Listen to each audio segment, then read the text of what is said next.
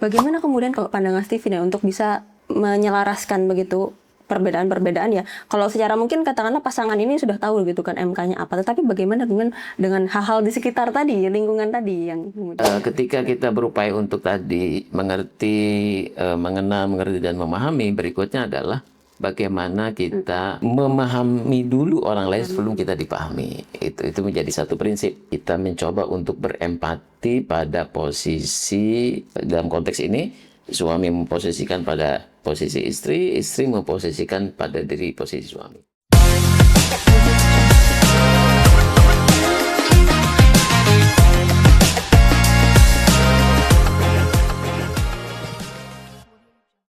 Assalamualaikum warahmatullahi wabarakatuh. Saya Rita Nevianti kembali lagi di sini dan tentunya saya bersama Solfar Hari Sanusi. Solfar, Masya Allah.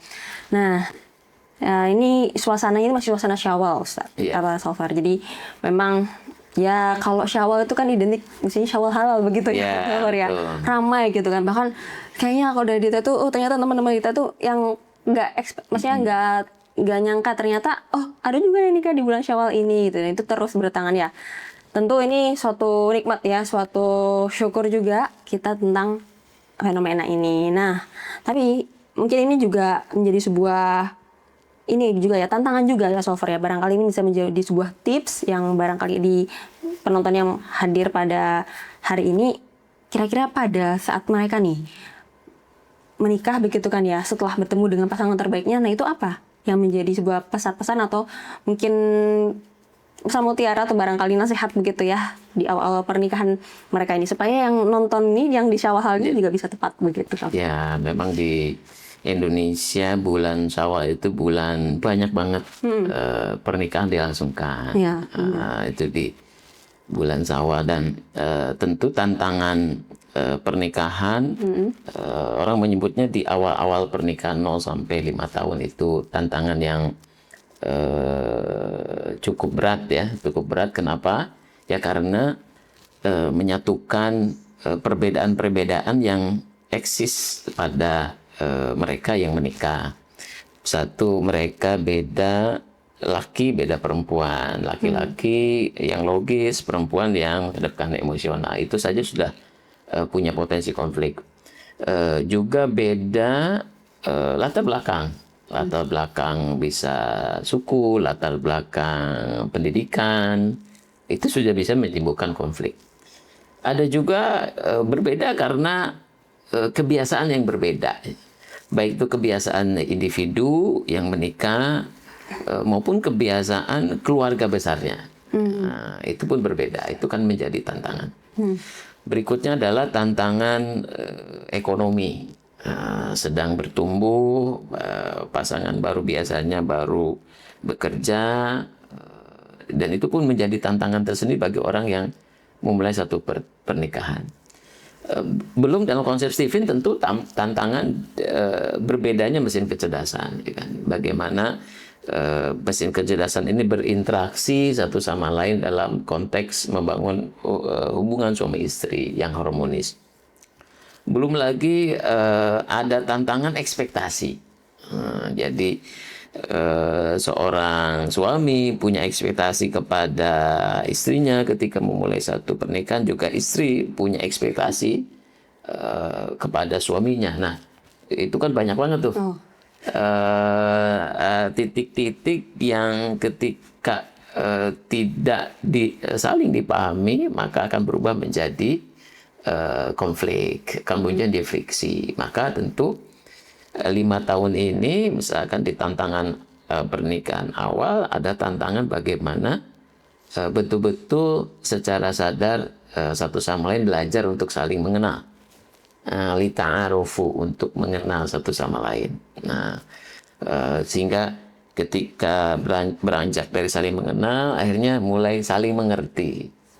Ketika sudah saling mengerti, maka akan naik lagi ke kelasnya menjadi pasangan yang saling memahami. Dan itu tentu bisa diakselerasi, dipercepat dengan konsep Steven ya. Ketika berinteraksi dengan pasangannya masing-masing, seperti itu Mbak Rita. Oh iya, Syawal. Jadi pastikan ini ya Solfar, ketika tadi syukur-syukur yang sudah nontonnya juga sudah tes TV ya, Iya, Solver ya. Jadi itu akan jauh lebih mudah begitu ya. Karena kan bisa jadi yang menonton ini juga umum gitu, yang belum tes TV. Nah, ketika akhirnya sudah tahu nih tes TV-nya apa begitu. Tapi betul Solver, untuk saya perbedaan budaya, perbedaan yang kemudian keluarga besar dan sebagainya itu menjadi suatu hal yang kemudian cukup menantang begitu ya Solver ya. Nah, bagaimana kemudian kalau pandangan Steven ya untuk bisa menyelaraskan begitu perbedaan-perbedaan ya. Kalau secara mungkin katakanlah pasangan ini sudah tahu gitu kan MK-nya apa, tetapi bagaimana dengan hal-hal di sekitar tadi, lingkungan tadi yang kemudian itu. Ketika kita berupaya untuk tadi mengerti, mengenal, mengerti dan memahami, berikutnya adalah bagaimana kita memahami dulu orang lain sebelum kita dipahami. Itu menjadi satu prinsip. Kita mencoba untuk berempati pada posisi, dalam konteks ini suami memposisikan pada posisi istri, istri memposisikan pada diri posisi suami. Untuk bisa tadi mengakselerasi hubungan yang menjadi lebih akseleratif, menjadi harmonis. Yang berikutnya tentu dengan Steven ini kita bisa memahami secara awal. Kenapa? Karena Steven bersifat genetika karakter. Artinya apa potensi, harapan, keinginan dari pasangan itu selaras dengan mesin kecerdasannya.